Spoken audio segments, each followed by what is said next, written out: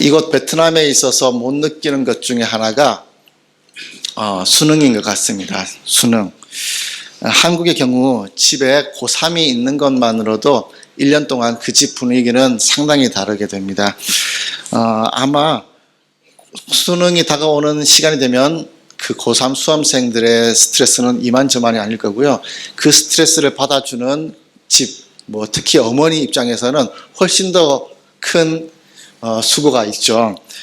엄마 입장에서는 그 수능 고3 자녀의 스트레스를 받기 위해서 자기의 모든 것을 내려놓고 또 자존심과 이런 것들 내려놓고 나는 날마다 죽노라라고 외치는 그런 사도 바울의 입장을 경험하는 그 시간들이 되기도 합니다. 사도 바울의 입장을 경험하는 그 어머니 언제까지 견뎌야 될까요? 언제까지 그렇게 인내하면서 견뎌야 될까요? 그 고3 수험생들은 언제까지 그렇게 스트레스를, 히스테리를 엄마한테 부릴 수 있을까요? 아마 수능날까지 그렇게 할 수 있을 거예요. 그죠? 수능날 끝났는데도 그러면 큰일 납니다. 한국의 수능은 12월 3일 이번 주 목요일입니다. 그러니까 어떻게 보면 지금 가장 고3 수험생들이 가장 스트레스가 많이 쌓이게 되는 시간이고 또 어머니는 그것을 받아주기 위해서 가장 힘든 시간을 보내는 시간이 아마 이 시간이 아닐까라고 생각합니다. 그런데 요즘 고3, 최근 고3, 한국에 있는 고3은 또 지난 고3들과 다른 스트레스를 받고 있습니다. 코로나로 인해서 어떻게 변했는지 모르는 그런 상황들 가운데서 수능을 준비해야 되기 때문에 상당한 스트레스가 있을 것 같아요. 지금 이번 주 목요일인데 당장 오늘부터 또 코로나로 인해서 2.5단계 격상해야 되느냐 마느냐 이런 상당한 소리가 나오는 가운데서 어떻게 또 준비를 해야 되는지 이런 스트레스가 있을 것 같아요. 그런데 이런 모든 스트레스를 견디고 지금 같은 경우는 아마 컨디션 조절을 하겠죠. 목요일까지 최상의 컨디션을 조절하면서 시험을 치게 되는데 이 시간 스트레스라든지 공부하는 것 이 모든 것을 다 견디어내고 12월 3일이 지나면 목요일 밤 고3 수험생들의 아마 해방일이 아닐까 생각이 됩니다. 그렇게 해방되면서 여러 가지 자유를 만끽하는 가운데에서 보내게 되는데 고3 그 많은 수험생의 시간 동안에 좋은 결과가 나왔든 안 나왔든 어쨌든 해방이 되죠. 이후에 나오는 시간들이 있겠죠. 논술도 있을 것이고 여러 가지 면접도 있을 것인데 이 모든 시험이 다 끝났다고 한번 생각을 해봅시다. 그리고 모든 시험이 끝났는데 그 어느 누구보다도 좋은 성적을 거두었다고 한번 생각을 해봅시다. 그러면 어떨까요? 내가 좋은 성적을 거두어서 집에서 엄마 나 이렇게 좋은 성적 거두었어 라고 가지고 오고 또 좋은 대학에 입학했다는 그 결과서까지 좋은 열매가 있다는 것까지 나오고 내가 생각했던 것 이상으로 좋은 점수로 좋은 결과가 있었다면 어떤 반응이 나와야 될까요? 1년 이상의 수고한 결과로서 좋은 반응을 기대하게 되겠죠. 이것뿐만이 아니라 내가 어떤 수고를 해서 좋은 열매를 맺었다. 올림픽 가서 금메달 땄든지 어떤 것 가운데 좋은 열매를 가지고 고국으로 돌아온다든지 집으로 돌아온다면 반응이 어떻게 해야 될까요? 그래 수고했어. 너 이거 한다고 참 수고했어. 이런 얘기라든지 축하해. 이런 얘기가 당연한 이야기가 아닐까요? 그런데 만약에 엄마가 야 내가 1년 동안 너 그 스트레스 받는 거 뒷바라지 해놓으라고 날마다 죽느라고 해서 365번 죽었어.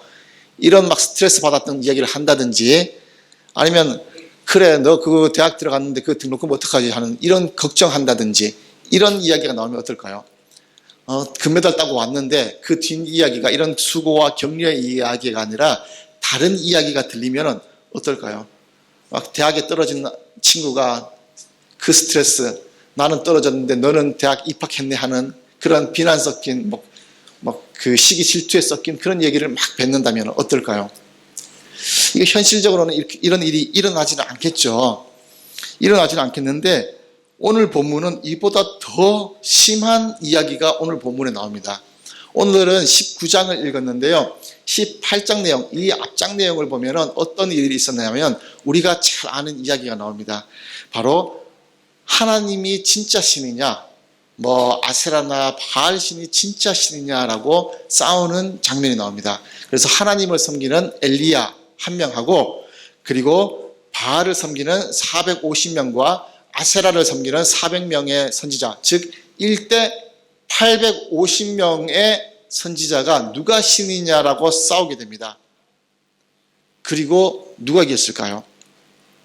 850명이 막 춤추고 노래 부르면서 이 앞에 막 뛰어가는데도 이 제단에 아무 반응이 없었어요. 살아계신 어떤 증거도 나타나지 않았습니다.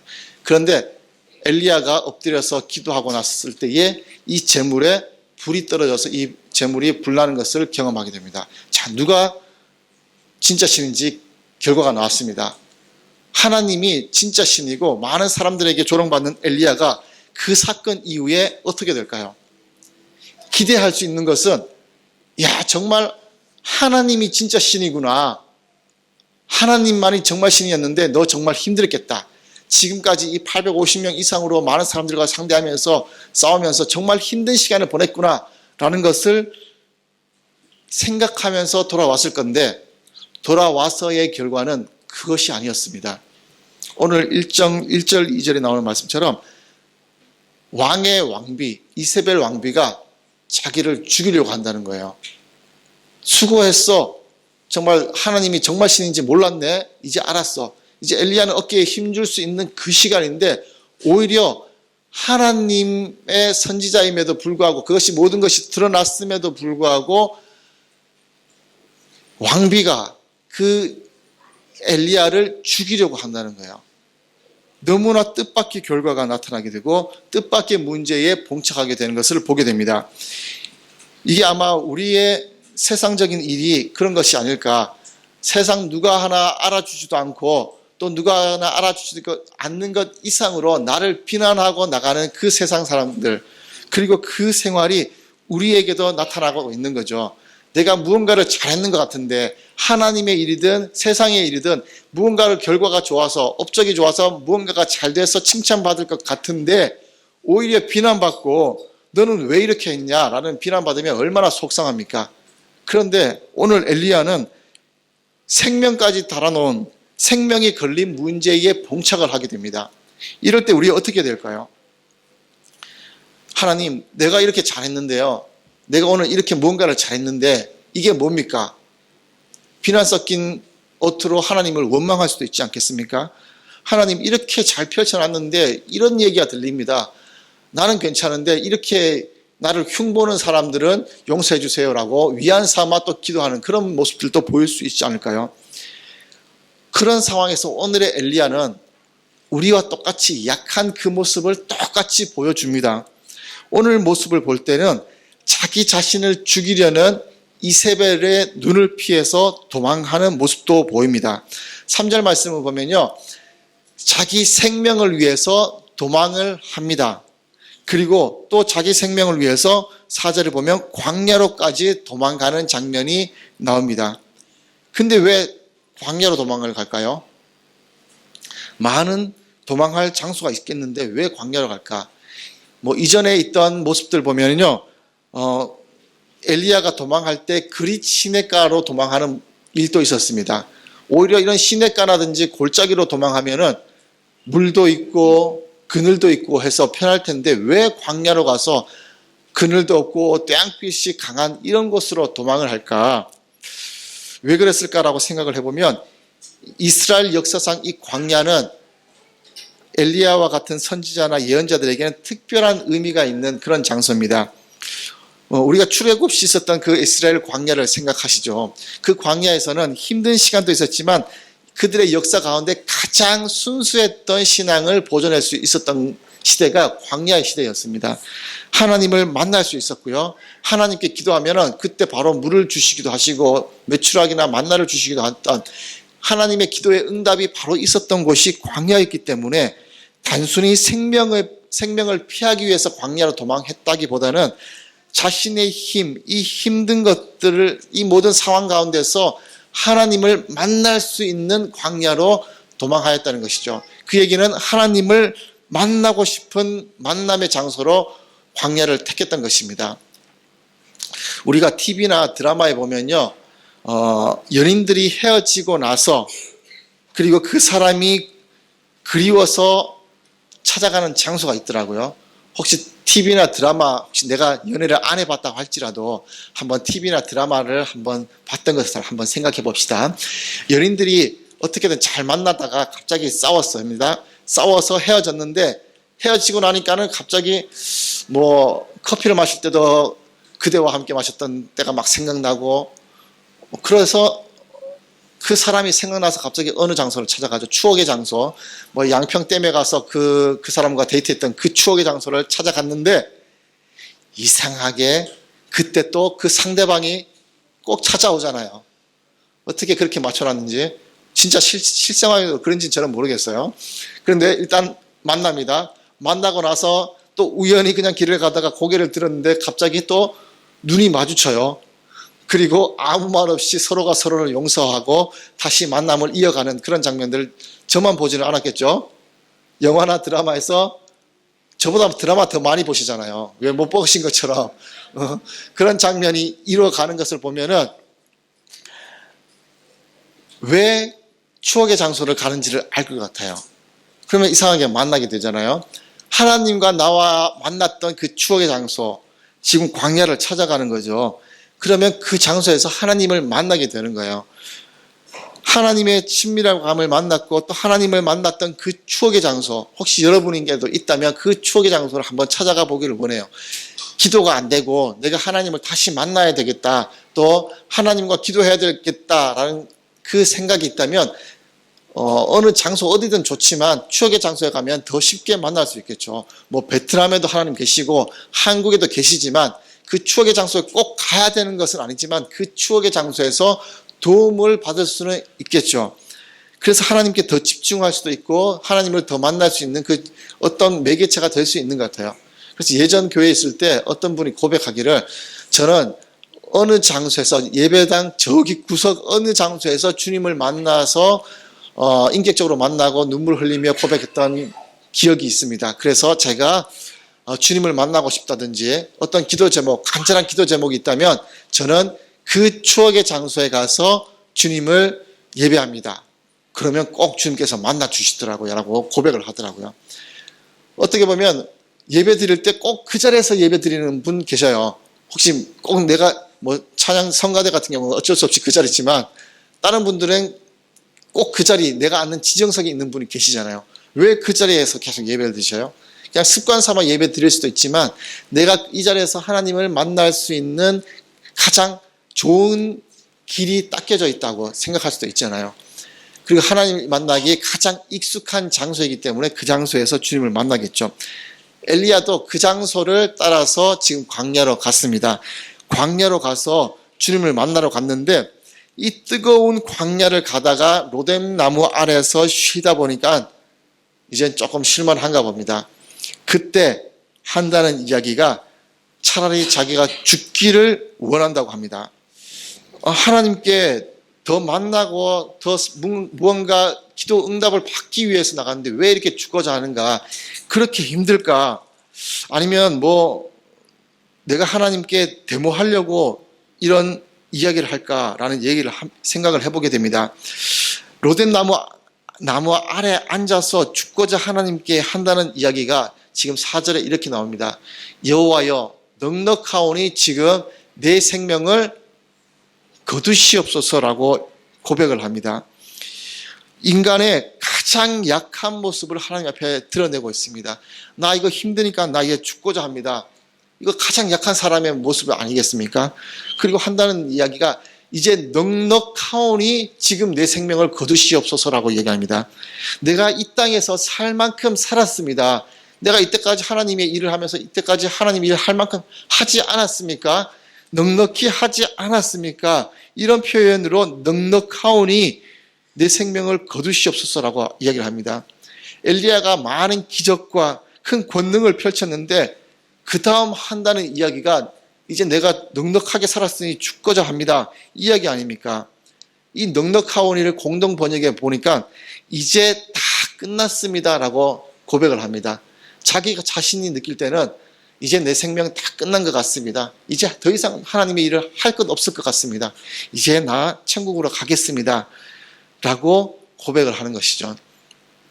이틀 전의 이야기들과 한번 생각을 해봅시다. 이틀 전에 850대 1로 싸워서 의기양양한 그때입니다. 그렇게 의기양양하게 있는 그 모습과 지금 이틀 후에 있는 이 모습, 하나님, 나 이제 살 만큼 살았는데 이제 죽고자 합니다. 너무 극과 극이잖아요. 이게 인간의 약한 모습이죠. 나는 무언가 잘해서 의기양양해서 어깨에 힘 좀 줄 수 있는 그 모습을 갖고 있을 줄 알았는데 하루 이틀 있으니까 이렇게 초라한 모습으로 바뀌는 거예요. 그래서 우리가 이 땅에서 자랑할 수 없고 내가 이 무언가를 했습니다라고 자랑할 수 없는 것이 하루 이틀 지나면 어떻게 변할지 모르거든요. 내가 한국에서 어떤 일을 해서 돈을 많이 벌었는데 하루 이틀 지나니까 그것이 감사해서 걸려서 뒷돈으로 뺀 것이 바로 걸렸어요. 이것은 현실 세계에서도 일어나는 일들이잖아요. 우리가 어떻게 약해지고 있는 그 힘든 상황에서 우리가 어떻게 변할지 모르기 때문에 겸손하게 하나님 앞에 서야 되는 것은 우리의 당연한 모습일 겁니다. 그렇게 약하고 약한 모습으로 하나님 앞에 섰을 때에 하나님께서는 우리에게 어떻게 다가올까요?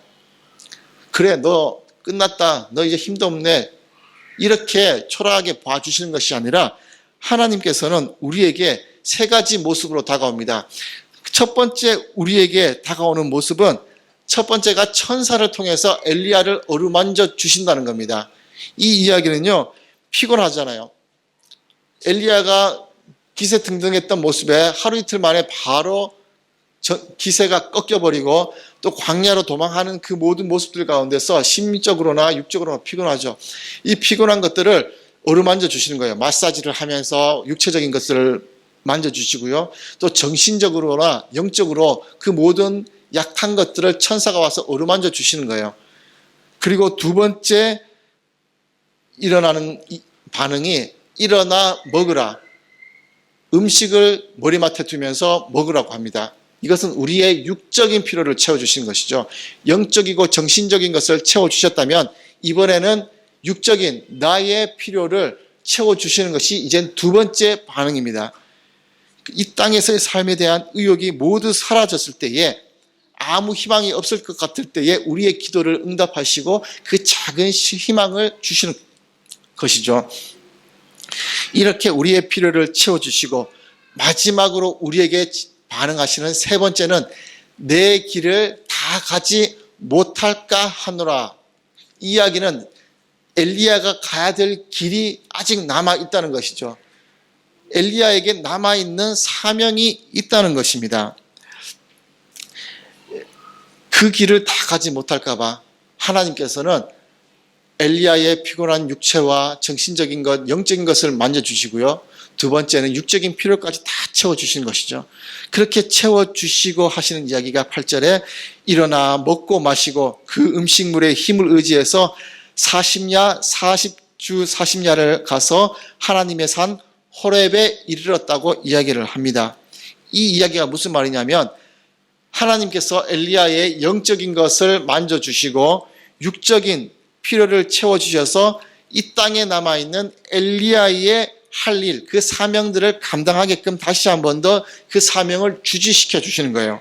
쉽게 말하면 하나님 앞에서 우리가 주님을 만나게 되면은 먼저 주님과 우리가 반응하는 첫 단계가 예배 시간이든지 아니면 뭐 말씀을 보든지 기도를 하든지 첫 번째가 하나님께서 우리를 만나 주시고 우리에게 은혜를 끼쳐 주셔요.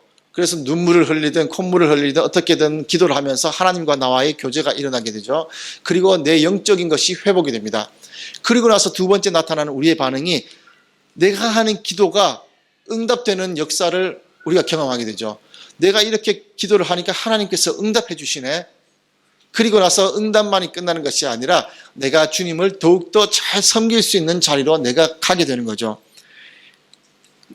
그리고 또 반대로 본다면 하나님께서 우리에게 사명을 주시기 위해서는 우리의 영적인 것도 만져주시고요. 우리의 육적인 것도 채워주시는 것을 보게 됩니다. 우리가 그런 경험 많잖아요.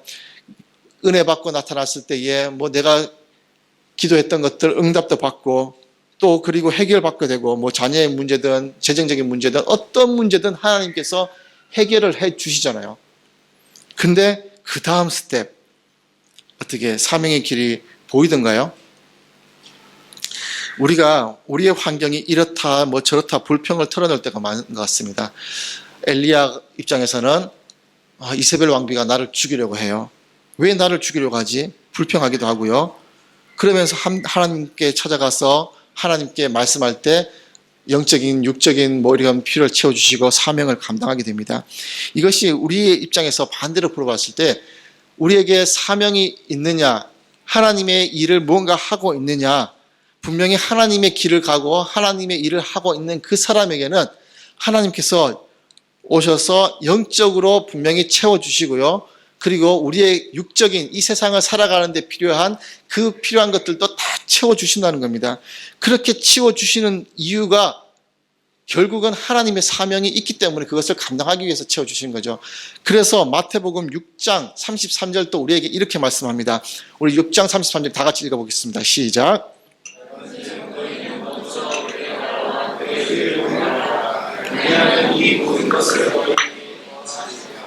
아멘. 하나님의 나라와 하나님의 의를 구했을 때에 하나님께서 채워주시는 그것은 예수님만이 말씀하신 것이 아니라 구약에 나타나는 엘리야의 삶에서 봤을 때도 하나님의 모습이 그렇게 드러나는 거예요. 우리 각자에게 기도 제목 있으십니까? 그 기도 제목이 잘 응답해 주시던가요? 왜 예전에는 기도 응답 잘 하다가 왜 요즘은 안 될까? 아니면 어떤 성도는 기도 응답 잘 되는 것 같은데 왜 이쪽 성도는 왜 안 될까? 하나님의 입장에서 한번 생각을 해보았으면 좋겠습니다. 하나님의 입장에서도 농부가 농사를 땀 흘려 짓는 이유가 그때는 땀을 흘리지만 나중에 거두는 수확이 있기 때문에 열매가 있기 때문에 그 힘든 일을 감당하게 되겠죠. 하나님 입장에서도 기도 응답을 해 주었으면 그 다음 들어오는 것이 있으면 더 좋아하실까요? 더 싫어하실까요? 분명히 더 좋아하시죠.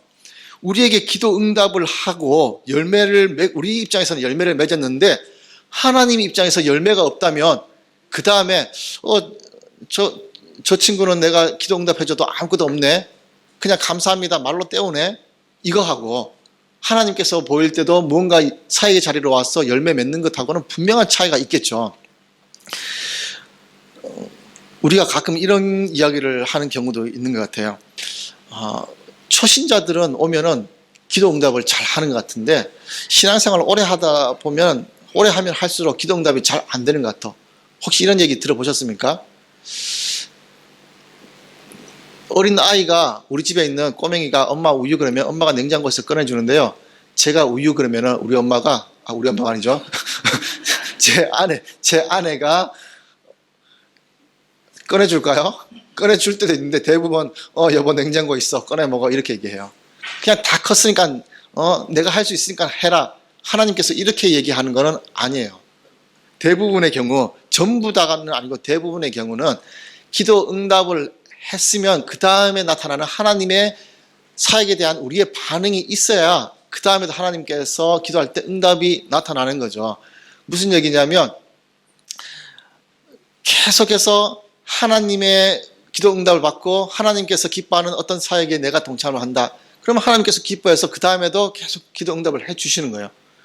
그 다음에도 해주시고 이것이 계속해서 깊어지면 깊어질수록 기도 응답의 깊이가 커져야 정상이에요.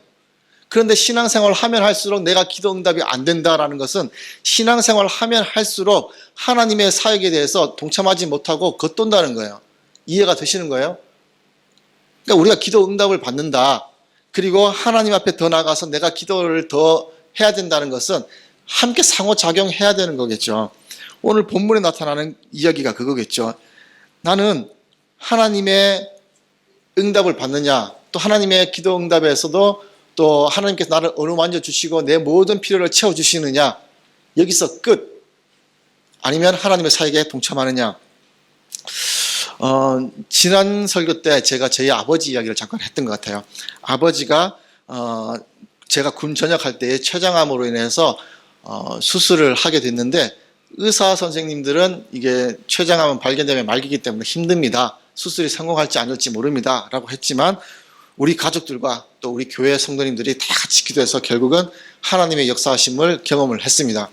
의사가 포기한 그 수술이 성공해서 저희 아버지가 퇴원하시고 집에 오셔서 일을 하셨습니다. 저희 아버지 그때 직업이 토건업을 하셨거든요. 도로 포장을 하고 길을 닦는 일을 하셨는데 퇴원하시고도 그 현장 일까지 감당하면서 뭐 크게 무거운 것은 힘은 못 쓰셨지만 그래도 그 일을 다 하셨어요. 그런데 아프기 전의 삶과 아픈 이후의 삶에 다른 것이 저는 전혀 보이지 않았습니다. 그래서 저희 가족끼리 저러다 한 대 맞을 텐데 그냥 이렇게 생각을 했는데 한 1년 정도 퇴원하시고 1년 뒤에 한 대 맞는 게 아니라 그냥 하나님께서 데려가시더라고요. 왜 데려가실까라는 것을 생각해 보면 다른 간증하시는 분들의 이야기를 들어보면 알 것 같아요. 이런 간증들을 많이 들어보셨을 거예요. 내가 죽을 수밖에 없는 상황이고 내가 병들어서 죽을 수밖에 없는 사람이었는데 하나님의 은혜로 기적적으로 제가 살아났습니다. 그래서 제가 하나님께서 나를 살려주신 것을 전적으로 알기 때문에 이제는 내가 나를 위해서 사는 것이 아니라 주님을 위해서 살겠다고 고백하고 이렇게 살고 있습니다. 이런 간증들 한 번쯤은 들어보셨죠? 한 번이 아니라 많잖아요. 이런 간증들. 왜 그 사람은 살려주고 계속 그렇게 살까요?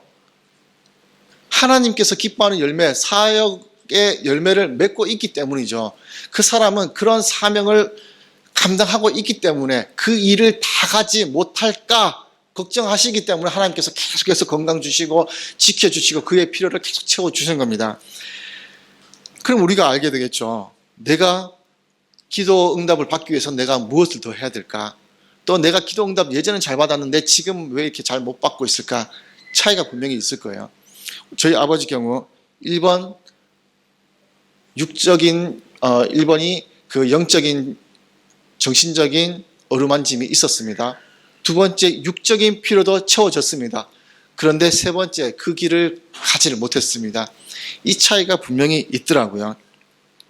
어떤 일에 동참해야 될지 모르겠다고 생각되시는 분들은 제가 우리 교회 봉사의 자리가 이렇게 있다는 것을 제가 보여드리는데 잘 보이시지는 않으시죠? 네, 그래서 제가 프린트를 해서 여기 게시판에 제가 걸어놨습니다.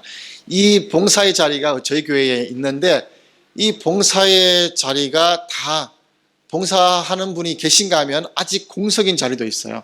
없는 봉사하실 분이 없으면 봉사할 분이 없는 대로 그냥 교회는 사명을 감당합니다. 있으면 더 풍요롭게 주님께 영광도 돌리고 더 큰 사명을 감당할 수 있겠죠. 그래서 내려가시면서 게시판에 보면서 내가 감당할 수 있는 건 이 정도는 할 수 있을 거야. 이 작은 건 할 수 있을 거야. 큰 부서가 있고 작은 서브 부서가 있고 뭐 이런 팀들이 있습니다. 내가 하고 싶다고 무조건 다 할 수 있는 건 아니고요. 교회 내에서 조화롭게 뭐 은사와 또 재능을 보면서 감당하게 되겠죠. 그래서 혹시라도 이런 내가 봉사해야겠다고 생각되는 부분이 있으면 꼭 말씀해 주시면 같이 섬길 수 있는 기회를 드리겠습니다. 선착순이 아니기 때문에 자유롭게 말씀을 해 주시면 되겠습니다. 오늘 엘리야는 어떤 사명 때문에 하나님께서 위로하시고 그의 필요를 채워주셨을까요? 어떤 사명일까요? 여기 있는 것처럼 예배부 사역이다, 봉사부 사역이다, 이런 사명이 아니라 오늘 본문 이후에 15절, 16절 보면은 엘리야의 남은 사역이 되어 있습니다. 이 말씀을 보면요, 우리 함께 15절, 16절 한번 읽어볼까요? 시작.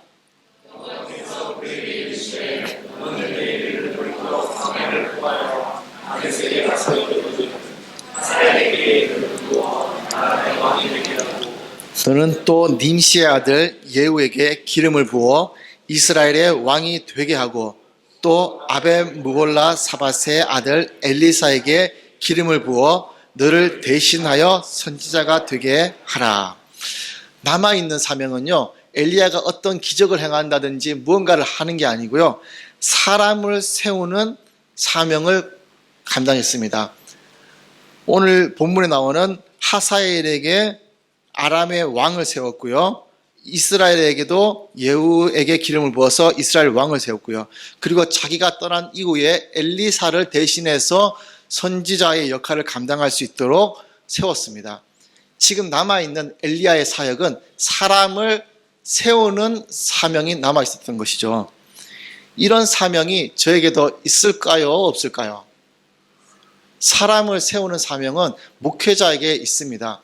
그리스도의 사람으로도 세워야 되고요. 그 사람이 하나님의 사역으로 앞으로 나갈 수 있도록 해야 되는 사명도 목회자에게는 있어요. 그래서 여러분을 주님의 사역 어떤 모습으로든 섬길 수 있는 자리로 가게 해야 되는 것도 제 사명이에요. 그래서 제가 여러분에게 이 사역을 감당해 주십시오라고 여쭌다면은 그냥 싫으면 싫다고, 이게 아직 아니라면 아니라고 말씀해 주시면 저는 고집해서 시키지는 않습니다. 그런데 그 다음 협박이에요. 이제 기도 응답 될지 안 될지는 제가 장담 못합니다. 아시겠습니까? 자, 사역을 기쁘게 감당할 수 있는 분들만 이제 오는 거예요. 그래서 기쁜 마음으로 저는 그 사명을, 여러분이 부담스럽다 할지라도 저는 이 사명을 감당하기 위해서 자꾸 사명을 여러분들에게 말씀을 드릴 겁니다. 그리고 우리 사랑하는 베델교회 성도님들은 그 사명이 여러분에게 힘들 수도 있어요. 그런데 이것이 거룩한 부담감으로 다가온다면 기도해 보시고 사명을 감당해 보시기를 축원드리겠습니다. 하나님께서 우리를 보시고 우리의 필요를 채워주시는 이유, 그리고 우리의 기도를 들으시는 이유, 이것은 하나님의 사명이 뒤따른다는 것입니다. 그 사명을 위해서 하나님께서는 우리의 필요를 특별히 채워주시고 또 응답하시는 것이 있다는 것이죠. 이 땅에서 우리에게 주신 우리의 사명, 그것이 무엇인지 인지하시고 그 사명을 거룩하게 감당하시는 우리 사랑하는 베델교회 성도님들 되시기를 주님의 이름으로 축원드리겠습니다. 기도하겠습니다. 하나님 감사합니다. 오늘 말씀을 보면서 우리 엘리야를 만나 주신 주님을 바라보게 됩니다. 엘리야를 통해서 하나님께서 영적이고 정신적인 것을 만져주시고 또 그들의 육적인 필요를 채워주시는 그 이유가 하나님의 길을 감당하기 위해서 만져주신 그것을 바라보게 되었습니다. 하나님, 나를 만져주시고 나에게 기도 응답을 하신 이유가 주님의 길을 함께 가자고 하시는 그 이유인 것을 바라보게 됩니다. 나에게 그 사명이 무엇인지를 발견하게끔 하시고 그 사명을 감당하게끔 하셔서 하나님께서 기뻐하는 자가 될 수 있도록 인도하여 주시고 그로 인해서 더욱더 주님께서 나의 필요를 채워주시는 그 모든 경험들을 통하여서 주님과 깊이 상호작용하는 그 하나님을 경험할 수 있는 날들이 날마다 되어갈 수 있도록 주님 축복하여 주시옵소서. 우리 베델교회 성도님들을 주님께서 사랑하여 주시고 축복하실 것을 믿사오며 귀하신 주 예수님 이름으로 기도드립니다. 아멘.